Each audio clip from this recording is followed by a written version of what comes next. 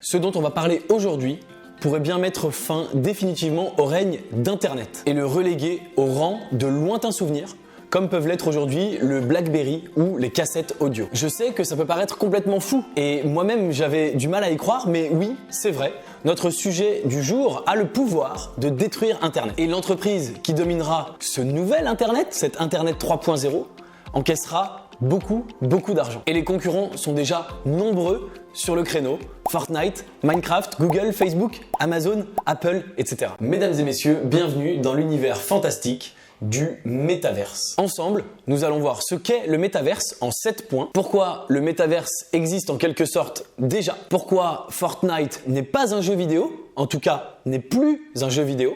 Pourquoi la moitié des employés de Facebook travaillent déjà sur le métaverse et dans quelle boîte investir pour profiter de cette opportunité unique et gagner beaucoup d'argent. En bref, on va voir pourquoi le métaverse est une énorme opportunité qui peut tuer Internet. C'est parti.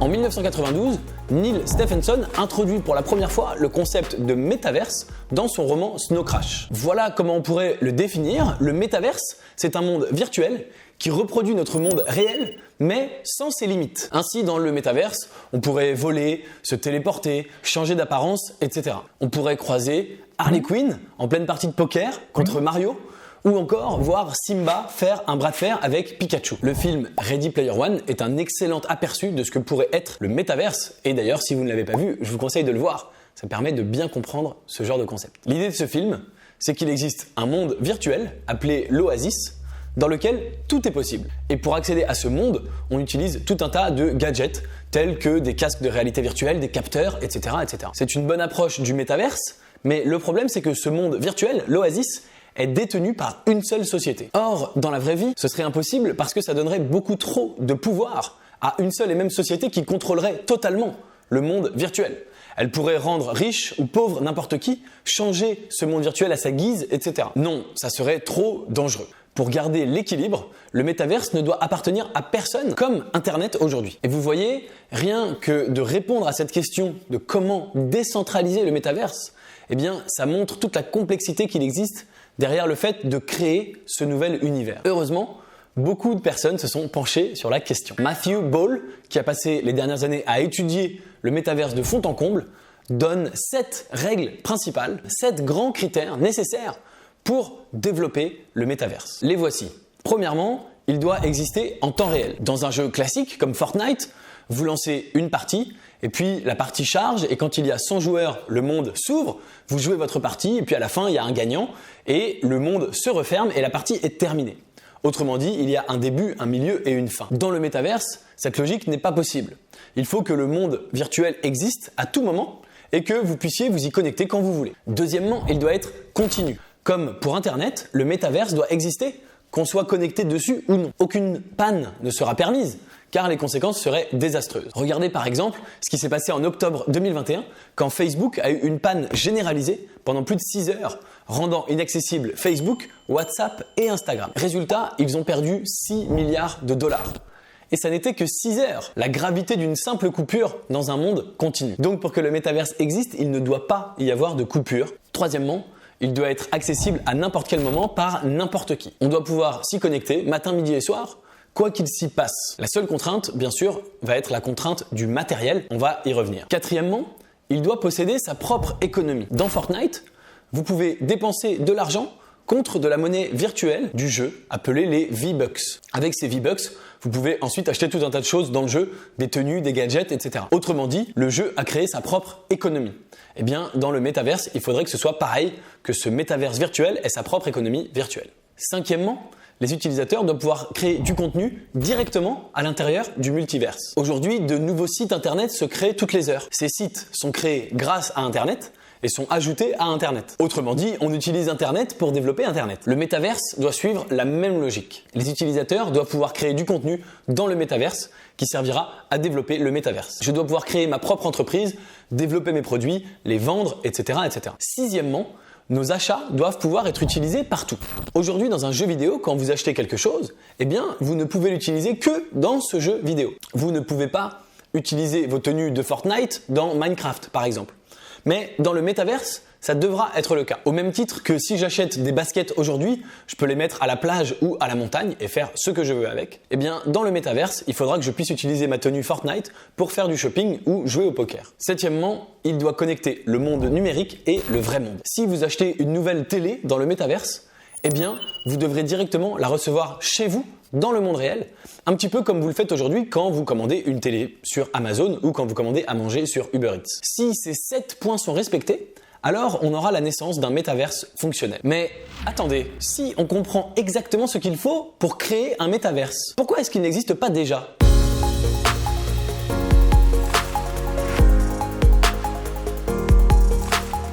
Comme tout progrès technologique, pour rendre le métaverse réel, il faut 3 ingrédients. La demande, les logiciels et le matériel. Analysons chacun de ces points séparément. Tout d'abord, la demande. Le métaverse fonctionne par effet de réseau.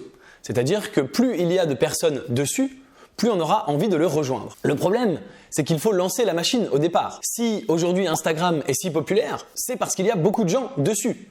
S'il n'y avait que 100 personnes dans le monde sur Instagram, ce serait beaucoup moins intéressant pour toi d'y aller. Toute la difficulté d'un système qui repose sur l'effet de réseau, c'est donc d'amener les premiers utilisateurs pour que le réseau devienne suffisamment grand pour devenir intéressant. Alors, est-ce qu'il y a assez de personnes intéressées par le métaverse ? Eh bien, chaque jour, 4,6 milliards de personnes utilisent Internet, dont 2,5 milliards qui l'utilisent pour jouer à des jeux. Donc oui, le marché est bien présent. La demande, check. Maintenant, penchons-nous sur les logiciels. Dans le métaverse, le logiciel essentiel, c'est celui qui permettra la création d'un monde virtuel en 3D. Et sur ce point aussi, la technologie est déjà là. Il n'y a qu'à voir les graphismes magnifiques des jeux vidéo récents comme Assassin's Creed ou Red Dead Redemption 2. Mais dans la course au métaverse, 2 logiciels sortent largement du lot, Unity et Unreal Engine. Unity, c'est le moteur graphique utilisé pour Hearthstone, Among Us ou encore Pokémon Go. Pas mal. Mais ce n'est rien comparé à Unreal Engine, qui n'est autre que le moteur graphique du jeu Fortnite. Fortnite qui est d'ailleurs le jeu le plus avancé dans sa conquête et sa recherche du métaverse, mais on en reparlera juste après. En termes de logiciel, on est bon aussi. Il ne nous reste donc plus qu'un seul point, le matériel. Eh bien, il existe aussi. Les casques de réalité virtuelle, l'Oculus Rift, les Smart Glass, etc. nous permettent tous de nous plonger dans un monde virtuel. Et ça va même plus loin que ça. Il existe par exemple des tapis qui nous permettent de nous déplacer dans le monde réel, comme le tapis Infinadec, ce qui permet non seulement d'avoir la vision, mais de se déplacer dans le métaverse comme si on marchait normalement. Mais attendez une minute, on a la demande, les logiciels et le matériel. Qu'est-ce qui nous manque ? Laissez-moi vous raconter une histoire. Nous sommes en 1879 et Thomas Edison vient d'inventer l'ampoule électrique. Edison le sait. Ce qu'il tient entre ses mains est une révolution technologique qui sera utilisée par la Terre entière. Pourtant, 30 ans plus tard, à peine une personne sur 10 utilise l'ampoule. C'est comme si tout le monde ignorait cette merveille technologique. Sauf qu'entre 1910 et 1920, l'utilisation de l'ampoule va passer de 10% à 50% de la population mondiale. Oui, en à peine 10 ans, la moitié de la planète s'est mise à utiliser l'ampoule. Et 10 ans plus tard encore, c'était plus de 78%. Quelle était la différence entre l'ampoule de 1910 et l'ampoule de 1930 ? Aucune. Cela ne venait pas du produit puisque c'était le même. La différence venait de l'environnement du produit. Lorsque les premières centrales ont adopté l'ampoule, c'était généralement pour l'éclairage ou pour remplacer l'énergie d'une centrale à vapeur. Cependant, ces centrales qui avaient gardé la même infrastructure qu'avant n'étaient pas optimisées pour l'électricité. Ce n'est que petit à petit, au fur et à mesure des années, que ces centrales ont repensé leur fonctionnement pour s'adapter à l'électricité. Par exemple, en remplaçant les pignons par des fils électriques. Et comme les bénéfices de l'électricité étaient énormes, de plus en plus d'usines se sont mises à suivre le mouvement par peur d'être dépassées par leurs concurrents. Ainsi, une vague d'adoption s'est répandue, transformant la quasi-totalité des usines dans des usines adaptées à l'électricité, permettant à l'ampoule de gagner fortement en popularité. Ce qu'il faut retenir, c'est que cette vague ne dépend pas de l'innovation et de l'invention d'un seul inventeur, l'ampoule, mais d'un grand nombre d'innovations interconnectées, allant de la gestion de l'énergie au matériel de fabrication, passant par la théorie de la production et plus encore. Pour le métaverse, c'est le même phénomène qui va se produire. En quelque sorte, il existe déjà, mais ce qui fait que l'on ne l'utilise pas encore aujourd'hui, c'est qu'il manque l'environnement global qui rendrait son existence possible. Mais ne vous en faites pas, parce que les plus grosses boîtes du monde sont justement en train de développer cet environnement. Pour ne citer que quelques noms, Apple, Google, Facebook, Amazon, Snapchat, Microsoft, Sony, Fortnite, etc. Et ces entreprises dépensent des milliards pour mettre au point l'invention qui fera basculer notre monde réel dans un univers virtuel. Est-ce que ce serait pas le moment idéal pour t'abonner à la chaîne YouTube Léonis Investissement? Si tu n'es pas encore abonné, eh bien clique sur le bouton juste en dessous.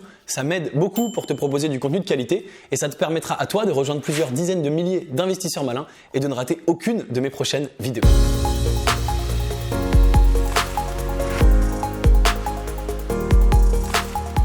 Une des premières tentatives de métaverse qui a connu une adoption massive, c'est Pokémon Go. Et oui, quand on y réfléchit, Pokémon Go, c'est un début de métaverse. On peut s'y connecter quand on veut, d'où on veut. La partie est en continu, même si nous, on n'est pas en train de jouer. Et il connecte le monde virtuel avec notre vrai monde, notamment grâce à sa fonctionnalité d'appareil photo qui permet de capturer des Pokémon en filmant le monde réel. Mais malheureusement, il n'est pas encore tout à fait digne d'être un véritable métaverse. Le jeu ne possède pas sa propre économie, la réalité virtuelle n'est pas assez poussée et surtout, le jeu, le métaverse qu'il voudrait créer ne dépend que d'une seule société centralisée. Mais c'est un bon début. Deuxième essai après Pokémon Go, Facebook. Depuis quelques années, Mark travaille sur son propre métaverse qui s'appelle Facebook Horizon. Il essaye de créer un monde 3D un peu cartoon qui ressemble à ça. On est encore loin des graphismes de la vraie vie, mais c'est un bon début. Et notre ami Mark n'est pas prêt de s'arrêter là, car il a déjà investi plus de 5 milliards de dollars dans ce projet. Encore plus fou, il a annoncé que la moitié des employés de Facebook travaillaient sur le projet Facebook Horizon. Oui, la moitié, soit près de 30 000 personnes. C'est vous dire à quel point le métaverse est au centre de l'attention de tous ces géants. Mais malgré tous ces efforts, Facebook n'est pas le plus avancé quand on parle du métaverse. Non, l'acteur numéro 1, celui qui a le plus de chances de créer le métaverse du futur, vous le connaissez déjà, c'est Fortnite. En 2019, Tim Sweeney, le fondateur de Fortnite, a tweeté la chose suivante. Aujourd'hui, Fortnite est un jeu. Mais reposez-nous la même question dans 12 mois. Sous-entendu, oui, actuellement Fortnite est un jeu, mais d'ici quelques années, nous serons un métaverse. Et la première étape de cette transformation, ça a été leur concert. En 2019, ils ont créé une animation en direct pour un concert de l'artiste Marshmello. Il y avait une date et une heure précise, et quand vous vous connectiez sur le jeu à ce moment-là, il y avait un concert en direct. Résultat, 10 millions de joueurs connectés. 10 millions! Imaginez un concert où il y aurait 10 millions de personnes dans la vraie vie. Eh bien, c'est tout simplement impossible. Et c'est ça le pouvoir du métaverse. Mais attendez, ça ne s'arrête pas là. Car ils ont reproduit l'expérience en 2020 avec un autre concert, celui de Travis Scott. Et cette fois-ci, c'était pas 10, mais 27 millions de personnes qui sont venues assister à ce concert. C'est juste incroyable. Epic Games, les créateurs de Fortnite, est clairement la société qui se rapproche le plus du métaverse. Ils ont les appareils, la demande, les logiciels. Ils ont une économie directement dans le jeu. Ils ont connecté différents univers entre eux. Par exemple, vous pouvez acheter une tenue de Travis Scott dans Fortnite ou une tenue du héros Thor. Certes, il leur manque aujourd'hui cet aspect de réalité virtuelle, mais avec une valorisation de plus de 29 milliards de dollars au moment où je fais cette vidéo, ça va sûrement augmenter, ça devrait pas être trop compliqué pour Tim Sweeney, le fondateur, d'investir 1 ou 2 milliards dans un casque de réalité virtuelle. En réalité, la seule question à laquelle ils n'ont pas répondu, c'est comment faire pour que le métaverse soit décentralisé. Pour l'instant, ils ne savent pas exactement, mais quand ils auront trouvé la réponse à cette question, ce sera bel et bien la fin d'Internet. Le métaverse prendra le relais. Plus besoin d'ouvrir Google et de taper sa recherche Internet. Vous vous connecterez au métaverse et un expert robotique apparaîtra pour vous aider à résoudre votre demande, votre problème. Plus de jeux en ligne avec de vieilles manettes. Vous incarnerez le personnage. Vous ressentirez sa peur, sa colère, sa joie. Vous vivrez l'expérience du jeu à 100%. Plus besoin d'utiliser WhatsApp. Vous aurez simplement à vous téléporter juste à côté de votre meilleur ami pour discuter avec lui, comme si vous étiez face à face. Tout ce que je décris est proche. Et comme on l'a vu, c'est beaucoup plus proche que ce que l'on pense. Dans 10 ans maximum, vous vivrez dans un univers où tout est possible. Un univers qui vous permet de voler, de devenir qui vous voulez et de vous téléporter dans des paysages magnifiques. Est-ce le début d'une ère magique ou le début de l'enfer sur Terre? Ça, ce n'est pas à moi d'y répondre. Je vous laisse vous faire votre avis dans les commentaires. Mais une chose est sûre, le métaverse arrive et ceux qui seront capables de saisir cette opportunité avant tout le monde vont gagner de l'argent, vont gagner beaucoup d'argent. Alors, dans quoi investir pour profiter du métaverse? Comme on l'a vu, il y a 3 éléments essentiels. Le logiciel, le matériel et la demande. Évidemment, on ne peut pas investir dans la demande, ça n'a aucun sens. Mais par contre, le logiciel et le matériel, là, il y a des choses intéressantes. Pour ce qui est des logiciels, vous pouvez investir dans le moteur comme par exemple Unity qui est coté en bourse Vous pouvez également investir dans Roblox, dont on n'a pas parlé, mais qui se positionne également sur ce créneau. En termes de matériel, vous pouvez investir sur Facebook ou sur Snapchat, qui sont également cotés en bourse, et qui sont les entreprises qui poussent le plus le développement des casques de réalité virtuelle. Il y a également Nvidia, le créateur de cartes graphiques, qui sera évidemment un acteur majeur de cet univers virtuel en 3 dimensions. Et bien sûr, on termine avec Microsoft et Sony, avec leurs consoles PlayStation et Xbox, qui travaillent d'arrache-pied à créer des produits physiques qui seront capables de faire tourner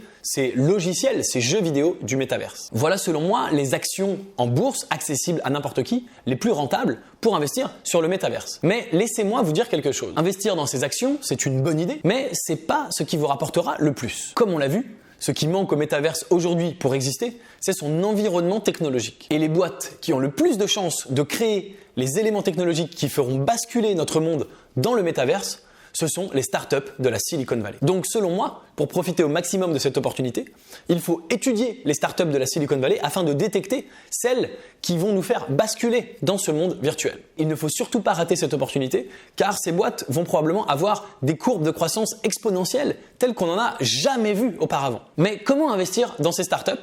Eh bien, en France, il n'y a qu'un seul moyen, mon club Léonis Investissement. Ce club te permet d'investir à partir de seulement 2 500 € dans des startups à très fort potentiel de la Silicon Valley que j'ai sélectionnées moi-même, dans lesquelles j'investis mon propre argent et dans lesquelles je te propose d'investir en tant que membre du club avec plus de 400 personnes. Je te parle de startups tirées par exemple du plus grand incubateur du monde, le Y Combinator, où ont été incubés Airbnb, Dropbox, Coinbase, Twitch, DoorDash, Reddit, j'en passe et des meilleurs. Si tu veux plus d'informations sur le club, clique sur le lien dans la description juste en dessous de la vidéo. Mais en tout cas, ne passe pas à côté de ce phénomène du métaverse car comme tu l'as vu, il a le pouvoir de tuer Internet. D'ici 10 ans, il y aura 2 catégories de personnes. Ceux qui ont vu venir le métaverse, ce nouvel Internet 3.0 et qui ont investi en conséquence pour en tirer profit et ceux qui l'auront ignoré et qui auront raté le train. J'ai choisi mon camp, à toi de choisir le tien.